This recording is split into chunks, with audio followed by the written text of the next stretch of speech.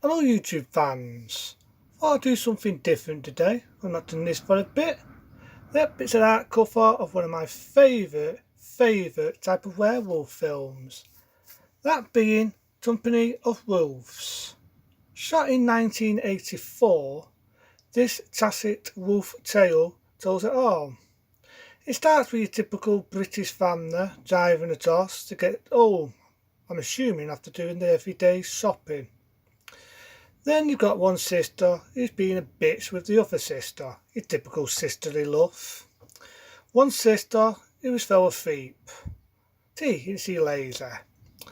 But it starts off turning into a nightmare with a lot of tacit horror elements, teddy bears, toys attacking this one girl.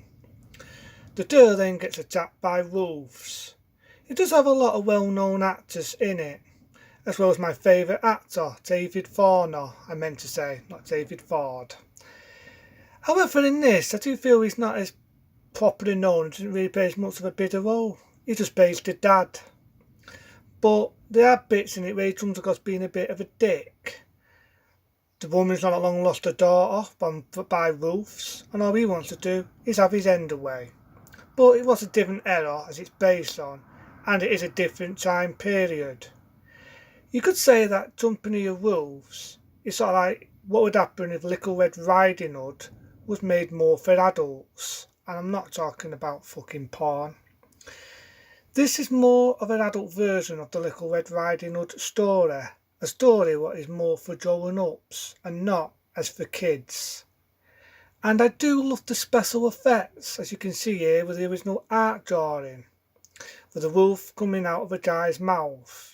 Which if you see behind the scene footage, it was an actual pop with some pretty good special effects. Company of Wolves does have about 3 or 4 different stories. The one that we all know, a guy going in the woods and being turned into a tea. Then you've got the one which is really but chills, and I would not recommend putting on in front of kids.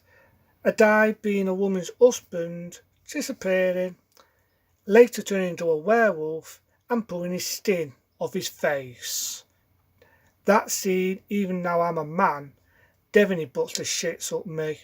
But with them effects and them special effects, even today, I say why do the fuck do we have to have shitty CGI?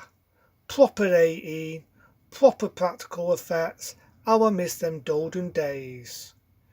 W. Wolves does have some good acting, good special effects, and it doesn't beat round the beat.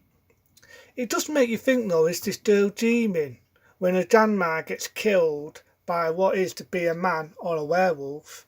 It does look like her head is made out of rats, and I find it ironic that the things that are attacking her sister come across being the toy figures what is in her bedroom.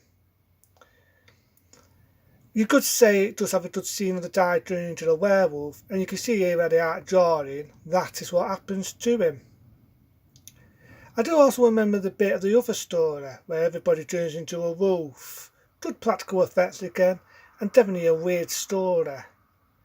The only thing what fucking pisses me off is the ending, where you don't know if she's dreaming, whether it was all a dream, or whatever, but you see a couple of wolves, a bad set made it look like the inside of a living room, and let's not forget the scene where the wolves jump on the door and you're assuming next game over for her, and then you've got the silly ending.